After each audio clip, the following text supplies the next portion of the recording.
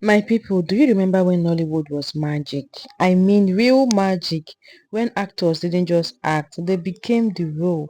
When only look from Pet Oduche could silence a whole world. Imagine when he now speaks, everywhere would just be so calm.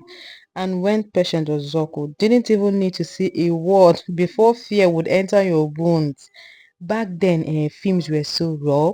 It was deep and unforgettable. The sound might not have been perfect, and the effects were sometimes funny, but guess what?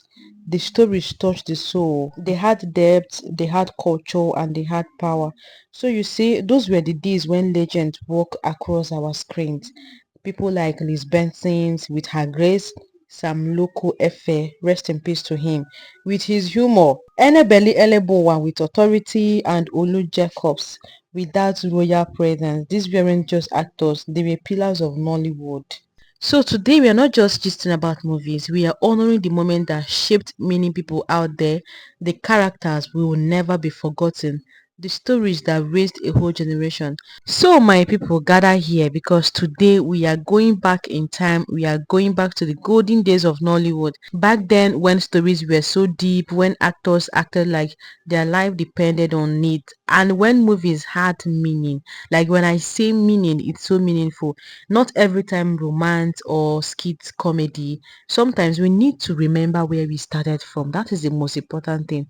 I know these days they are trying, like actors and actresses of these days, they are trying, but it's not like as our legends of those years.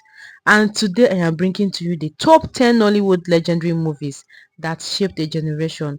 Whether you have watched them as a child or you heard your parents talk about them, these movies are the reason many of us fell in love with Nigerian cinema. So sit tight, let's get to it. If you're just coming across my video for the first time, please give this video a thumbs up, subscribe to our channel, click that notification bell to always receive our video whenever it drops. And to my sweet amazing subscribers, I thank you. Thank you for pushing this channel. Thank you for the likes, the comments, the shares. I appreciate. So counting down from number 10, let us start with Glamour Girls. This one, it took the country that year. A bold, fearless take on the world of women chasing wealth by any means necessary. It introduced us to a high society, sugar daddies, and the consequences of fast life. Eukarya Angnobi, Liz Benson, Barbara Odo, all these are legends. The film was way ahead of its time. Everybody wanted to be like a posh person, and suddenly the idea of being a glamour girl became the talk of the town. But guess what? That movie was not just glitz and glam. It carried deep lessons about self-worth, about being greedy, desperation. Until today, people still reference it. Even Netflix tried to revive this. That is the kind of legacy we are talking about. So diving down to number 9. Now, if you are talking about street hustle and survival in the big city, Domitila is the one, directed by Zeb Ejiro. This movie was about a young woman who turned to prostitution to survive, but her life spirals into coerce. It opened our eyes to the harsh reality so many Nigerian women face. The streets are not smiling, and who can forget about the popular line, Damitila, oh Damitila. Even today, that name carries weight. It wasn't just a movie, it became part of pop culture. Counting down to number 8, we have Karashika. My people, if you didn't scream Karashika, Karashika, the queen of darkness in the 90s, were you really there? Anyway, some of us were not there, because whenever I talk about all these movies, my mom will be like, I've not married your father then, no. Hey, you see all this movie, it was a bomb then. You see this Karashika, it is more like a horror movie that was both terrifying and addictive. It is a kind of movie that you'll be watching and you close one eye and you will hide under your blanket, and at the same time you cannot stop watching it. It was one of the first Nollywood movies to introduce demonic possession, cult, and spiritual warfare. And trust me, it had parents praying over their TVs. That movie made many people fear nightclub girls for life. So let's talk about number 7. Is Sakaba. Is Sakaba Obuma. Hey! Someday I watched this one. Yes, you see this one. I can remember a little bit about this one. Ha! The vigilante justice crew that fought evil with back to sender powers. Sam Dede carried that movie like a warrior. It was a direct response to the crimes of the time, ritualists, armed robbers, and cultists. Sakaba gave us hope. It was powerful. It was thrilling and full of spiritual action. Until today, people still shout Sakaba boys when they talk about justice. Counting down to number 6, Living in Bondage. This one started it all. Living in Bondage was the mother of Nollywood. Kenneth Okonkwo's role as Andy Okege Chai. That man's life turned upside down after joining a cult and sacrificing his wife. It was a hell for him. This movie taught us never to envy sudden wealth. It was spiritual, suspenseful, and full of moral lessons.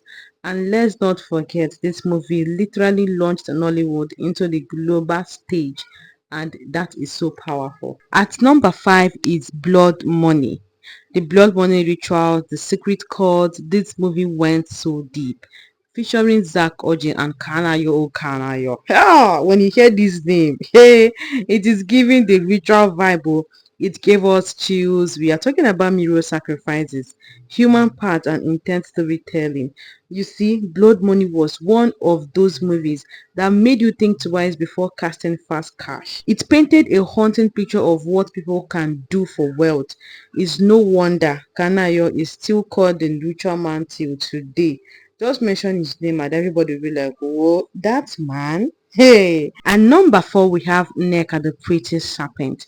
A seductive woman with a snake spirit. Ah, Nollywood did not come to play. Oh. Neca, the pretty serpent, mixed tradition, mysticism, and supernatural forces to tell the story of a woman seeking revenge but possessed by dark powers.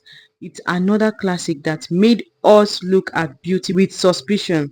The way this film wove culture and horror together, it was brilliant. Even the people that remake the movie that was released years later couldn't even match the original vibe.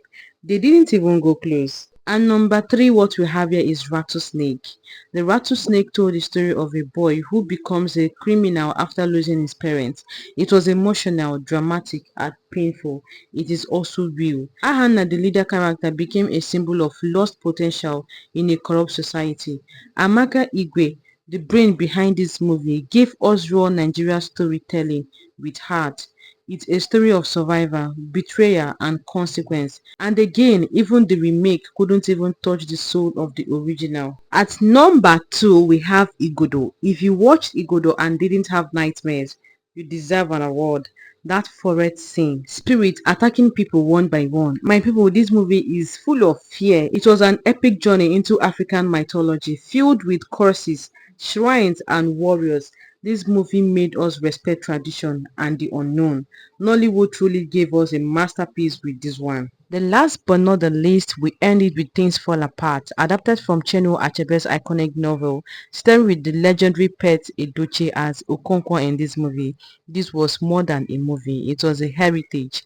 It showed us colonialism, African pride, tradition, and how things truly felt apart. Till today, Pet Edochie is still referred as Okonkwo. That is how powerful his performance was in this movie. Please, if this video interests you, do not forget to like, comment, and share, and also subscribe to our channel for more updates. Bye.